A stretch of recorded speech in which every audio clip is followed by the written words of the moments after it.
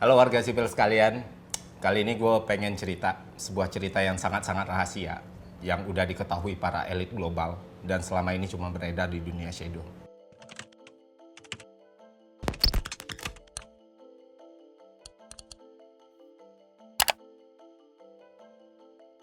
Bill Gates. What's your favorite animal? Dog. What's your favorite food? Hamburger. What do you eat for breakfast? Nothing. What is your worst fear? I don't want my brain to stop working. Jadi gini ceritanya, gue tuh ngefans banget sama Bill Gates. Saking ngefans ya, foto Bill Gates itu gue simpan di dompet gue. Never understood the first thing about this. Microsoft hit a new record high on Wall Street. Rivals paint a dark picture. He'll do whatever he can to capture more of the market. Dengan harapan suatu hari gue bisa ketemu dan makan malam sama beliau. Nah kalian tahu, tahun 2008 itu Bill Gates datang ke Indonesia cuy. Terus, gue punya kenalan nih wartawan senior. Dia ngasih invitation gue buat ikut makan malam sama Bill Gates. Terbatas banget, cuma pengusaha-pengusaha yang dipilih lah. Gue terima dong. Malamnya di Hotel Mulia, gue ingat waktu itu Bill Gates didampingin sama pejabat-pejabat tinggi. Di makan malam tersebut ada sesi pertanyaan pak. Tapi nggak langsung gitu, nggak tunjuk tangan, enggak. Kita semua peserta disuruh nulis pakai kertas terus dikumpulin kertasnya. Ya gue nanya juga dong kapan lagi bisa nanya langsung ke Bill Gates. Syukur-syukur pertanyaan gue dibaca sama dia. Terus gue tulis, gue kumpulin deh. Dia bacain satu-satu. Wah satu-satu mulai dibaca, dia jawab dengan kisah-kisah inspiratif, motivasi gitu. Sampai akhirnya dia baca pertanyaan gue. Pas baca kertas gue, dia itu kayak kaget insecure gitu loh. Sebelum dia bacain pertanyaan gue, dia tanya ke semua audiens, siapa yang namanya Ferry Irwandi? Wow, di notice Bill Gates gue, Wak. Akhirnya dia bilang, dia ngerasa insecure dengan pertanyaan gue. Ngerasa nggak confident setelah ngebaca pertanyaan gue. Orang-orang penasaran, kenapa emangnya Wak? Gitu. Akhirnya Bill Gates bilang, pertanyaan ini sangat-sangat membuat saya tidak nyaman gitu. Orang makin penasaran, apa sih yang gue tanyain? Akhirnya Bill Gates membacakan pertanyaan gue. Dan di situ gue ngomong, Anda tidak akan pernah seperti Andrew Carnegie. Itu yang gue tulis ke Bill Gates.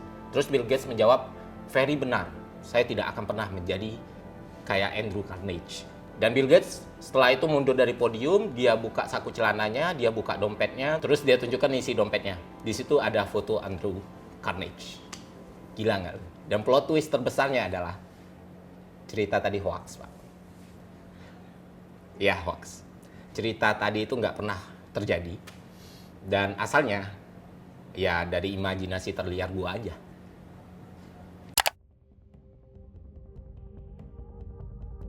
Nah teman-teman, sadar atau enggak, semua informasi, cerita, kisah-kisah inspiratif yang mind-blowing yang kita temuin di internet, itu nggak semuanya benar, Pak.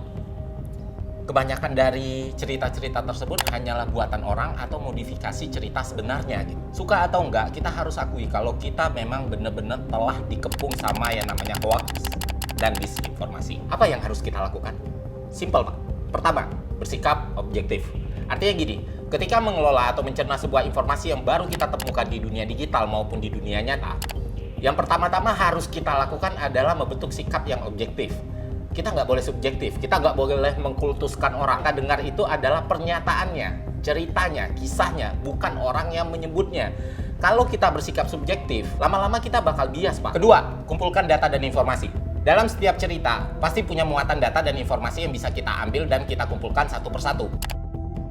Kita bisa lihat waktu kejadiannya, kita bisa lihat tempatnya, kita bisa lihat siapa saja yang terlibat, serta hal-hal lain yang kita anggap penting. Ketiga, validasi. Untuk melakukan validasi informasi, sebenarnya tidaklah sulit teman-teman. Cukup dengan Google, lu bisa ngecek apakah informasi yang lu terima itu benar atau enggak. Sekarang mari kita lakukan dari cerita gue barusan. 1. Apakah benar Bill Gates melakukan makan malam di Indonesia tahun 2008? Ternyata benar. Kedua, benarkah dilakukan di Hotel Mulia? Jawabannya, enggak. Makan malam yang dilakukan Bill Gates dilaksanakan di Hotel Shangri-La. Benarkah dihadiri para pejabat? Benar. Bahkan dihadiri oleh seorang wakil presiden. Namun aneh rasanya jika ada wakil presiden di sana, gue menggunakan narasi para pejabat tinggi.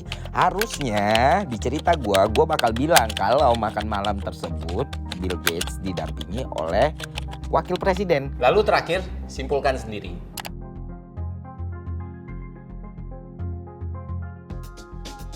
Nah, masalah hoak dan disinformasi ini sebenarnya bukan masalah baru bagi bangsa kita.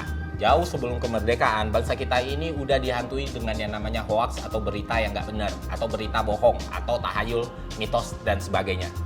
Tahun 1943, salah seorang tokoh bangsa yang dikenal dengan nama Tan Malaka menulis sebuah mahakarya. Buku yang ditulis oleh Tan Malaka itu berjudul Madilog. Salah satu poin yang di-highlight sama Tan Malaka adalah logika berpikir dan cara berpikir masyarakat Indonesia. Di antara banyak logika berpikir, ada satu hal yang benar-benar dibahas sama Tan Malaka, yaitu cara berpikir dogmatik dan mistik. Dan Tan Malaka menyebutnya logika mistika.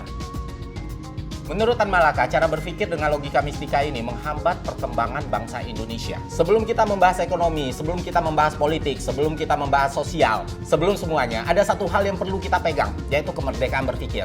Dan logika mistika ini benar-benar menghambat kemerdekaan berpikir tersebut. Yang menyedihkan adalah bahkan setelah hampir 80 tahun sejak Madilog pertama kali ditulis, masih banyak masyarakat Indonesia yang mengamini dan menganut logika mistika ini. Gak usah jauh-jauh kita ngambil contoh paling simpel aja. Di 2021, masyarakat masih percaya, Pak, ada yang namanya babi ngepet. Jadi ada satu orang datang, ketika itu diantar oleh dua orang yang menggunakan motor, lalu ketika itu berjubah hitam dan jalannya pun tidak dengan langkah, melainkan seperti memakai sepatu roda. Sampailah di sini dan itu pun semua menyaksikan di mana orang itu mulailah berubah menjadi individu. Ya terbukti kalau itu hoax semata, itu tuduhan tidak berdasar dan orangnya udah mengakui kesalahan tersebut. Inilah yang dinamain false belief. Kita hidup di peradaban di mana pendidikan formal itu masih menjadi hal yang penting. Memang banyak orang yang sukses tanpa sekolah, tapi mungkin lebih banyak lagi yang gagal. Di 2021 ini dengan segala peningkatan akses informasi ini, harusnya kita mampu menyaring hal-hal seperti ini. Karena dengan segala baik dan buruknya, bangku sekolah maupun kuliah adalah tempat di mana kita membangun konstruksi berpikir dan menjadi tempat kita untuk mengenal berbagai ide dan pemikiran. Jadi yang bisa gue bilang ke teman-teman semua adalah kalau memang ada kesempatan untuk sekolah, maka sekolahlah setinggi-setingginya, Pak. Kalau merasa kurang, ya belajar. Temukan metode terbaik untuk diri kalian. Ya tadi balik lagi, video ini emang disponsorin Zenius. Kenapa gue terima Zenius? Ya karena gue emang usernya, jadi bisa gue bilang. Kalian tahu sendiri, gue nggak sembarangan milih brand kan.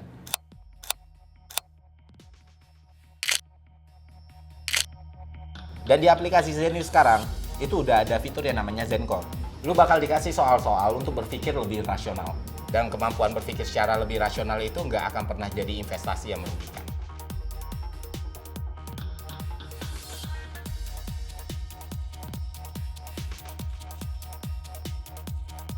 Oke, sekian dari gue. Semoga konten ini bermanfaat. Sampai jumpa di konten selanjutnya. See ya.